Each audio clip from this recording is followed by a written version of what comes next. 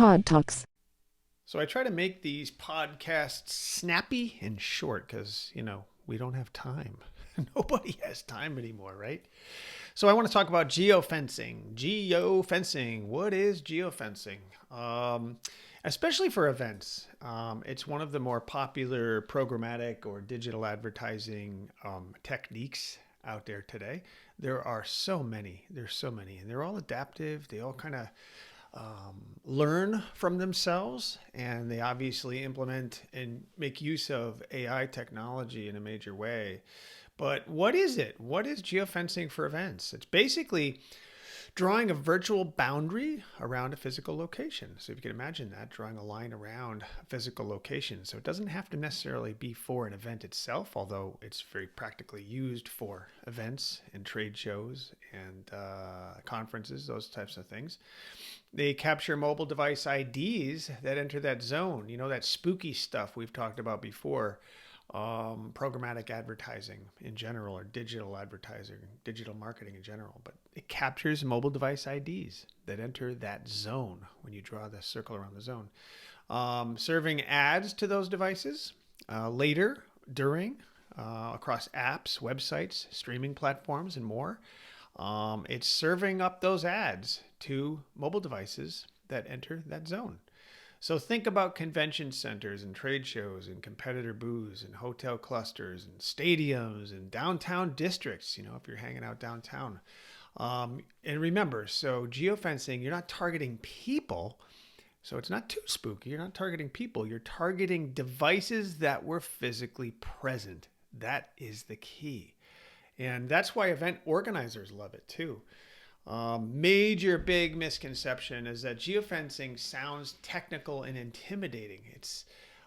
It isn't conceptually hard. What's hard about geofencing is access to compliant mobile data, right? Because compliance is a major issue, right?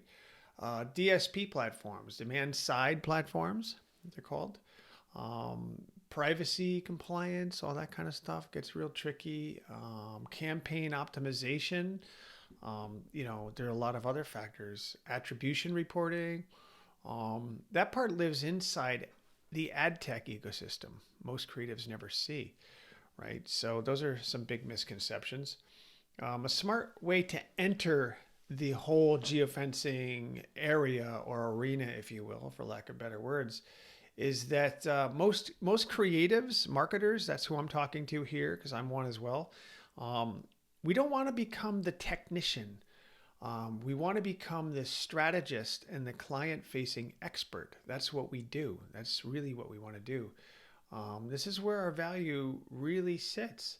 So our role becomes defining the marketing objective, right? Selecting target zones, crafting messaging, designing creative, major importance there. Positioning the offer, managing the campaign partner, things like that. What else? Interpreting results for the client. We have to focus on that as a marketer, a designer, a creative agency. In other words, we own the relationship and outcome of what it is the client is looking for. And that's really important. And then somebody else pushes the buttons. So how does it work? How is it usually done, programmatic advertising or geofencing? How is geofencing usually done? Most agencies, even the large ones, especially the small ones, but absolutely the large ones, they white label geofencing. This is really important to understand. They partner with platforms that do the button pressing more or less, and they do it very well, the button pressing companies and technology, right? But platforms like Simply.fi, Ground Truth, what else? There's Bliss, Basis Technologies, I think it's called. Propellant Media is another one. El Toro, that's another one. There's several that these platforms specialize in geofencing. So what we do as agencies is we resell the service under our brand. And that's what a lot of companies will do. And that's fine. And to be honest, the clients never know or care who the back-end vendor is. But it's important to keep that in mind. So when clients are working with agencies, it's important to be honest with them that they're not dealing with agencies that do quote unquote the geofencing. We all use the technology. We use the third party applications, right? And that's why we call it white labeling. We partner with platforms to get it done. Okay, it's kind of like if I want to do a print job, if I want to print out a magazine or a brochure or whatever, I don't have the printing equipment here. I partner with people that are really good in that arena, and make sure it's done well. It's the same thing with geofencing. So the difficulty level of geofencing, let me think about that. That would be probably the top would be learning the strategy. All right, because that's the important part. Geofencing itself as a technology, it's easy to serve up ads. It's easy to find people entering a certain area, right? But learning the strategy, running campaigns yourself from scratch can be difficult. Selling and managing with a partner is actually the easy part, right? And again, white labeling and working with a third party provider is the easy part. So again, the learning the strategy and running the campaigns yourself from scratch can be the most difficult part, and that's what we do as agencies and creative professionals, right? So key word here is partnership. The fastest path to success is going to be partnership, no matter what. Period. End of story. Okay. Always keep that in mind. Typical event geofencing workflow for people that are interested in events per se. Let me give you an example. So your client is exhibiting at a trade show, and you, the creative, or me, the creative, we, the creative or marketing professionals, it's sort of a 6-step process. Number one, we define event location polygon, which is the shape, the area around the geofence. Number two would be we add nearby hotels and restaurants because people love to go out to eat, and staying at hotels. That's important. Then there are optional things like competitor booth zones. Who are the competitors and what are their booth zones? Things like creating ads, display, video, CTV. There's a number of ads that you can create. See, most clients think, I'm going to do a geofencing campaign, and they sign up with a $2,000 to $3,000 a month company that says they can do that for them.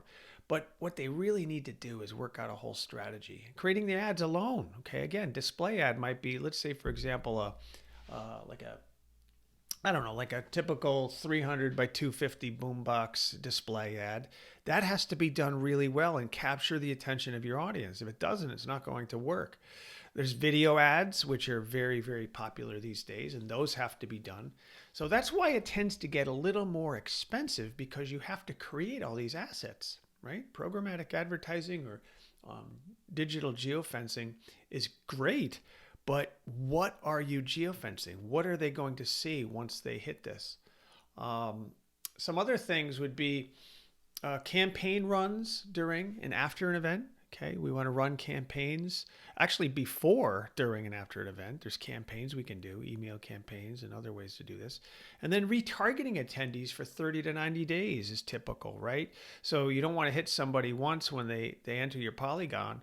After the event, you want to retarget them and up your odds of being seen. So the result from this typical event geofencing workflow would be everyone who walked that show now keeps seeing your brand. That's the typical result. And that's powerful storytelling for clients. And, if you're a storyteller, if you're a client that is a storyteller, that's very powerful, something to keep in mind. Pricing for geofencing. That's often a popular subject too, for creative agencies, even myself. And clients rarely understand pricing, which is good and bad. But typical geofencing campaigns might cost it's a wide range, somewhere between $1,500 and $5,000 for a minimum campaign. That's minimum, because I've seen campaigns, I've worked with clients, not myself getting this funding itself, but I've seen some in excess of $20,000 to even $50,000 a month running these campaigns. I've helped develop creative for those campaigns, but they can get really pricey depending on its effectiveness and usefulness. But pricing, again, $1,500 to $5,000 is typical for a minimum campaign. CPM-based media spend, setup fees, creative fees, which is, separate because you have to develop the creative. That's an important part too. In fact, that's actually critical because most people will say, they'll call me up and they'll say they find a geofencing company near them that they can do in the, I don't know, $1,500 to $2,500 range, maybe $3,000 range. But they don't have the creative, they don't have the videos, they don't have the ads, they don't have the branding, they don't have their website up to snuff. All the creative stuff takes time and money too. Okay. And then there's the management fee. Most of them will charge, even the third party providers will have a management fee as well. So typically, creative agencies will mark up their partner costs because you're providing the strategy and execution. That's really important, right? Because we're working with you as a professional to do that most important part.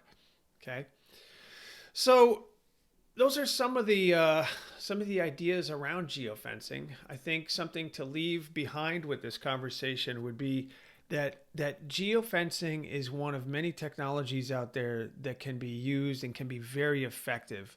But just because it's cool and useful and effective doesn't mean it's right for your customer, for your client, or for you if I'm talking to the client. It doesn't mean it's right for you just because it's there, right? It's just a potential strategy.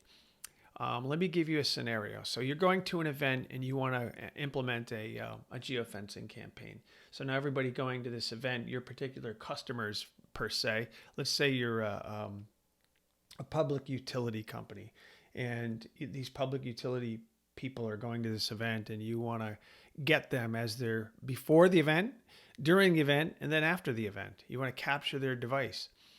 Now, this is really important. Please understand this. Most people don't respond to these silly ads. They really don't. When's the last time you click on them? Do you go on social media or go on videos and click on ads? You usually don't. So it's a great misunderstanding to think that everybody's going to click on them or you're going to get some kind of tremendous click rate. And even if they do, where do they go? They're going on your website? Are they going to go to a specific page? Are they going to watch a certain video? Are they going to listen to a podcast episode? Are they going to call you? What is the action? What is the road? What is the customer journey with this thing? And then what is the quality? All of the factors of your brand have got to be top level. They have to be high level. They have to be because it's highly competitive out there right now. And not to mention, people don't trust anymore. It's very hard to gain trust nowadays. We get inundated with such crap, so much garbage out there that it's hard to trust people. So you have to come up with the right campaign, the right creative, the right strategy, the right messaging. And your brand has to be really, really tight and very specific.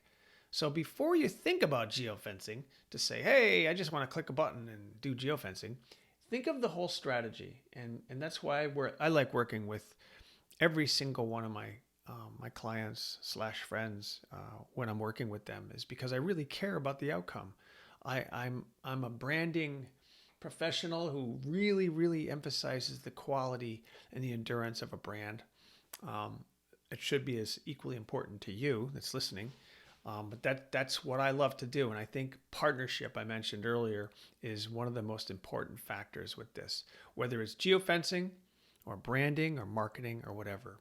So hopefully this gave you some cool tips. My name is Todd. I'm at todd@mitchellcreativegroup.com. If you want to email me, reach out, call me, 508-494-8182. If you need any help with marketing, creative, branding, geofencing, any kind of creative work at all, you know how to reach me. So thank you and enjoy the rest of your day.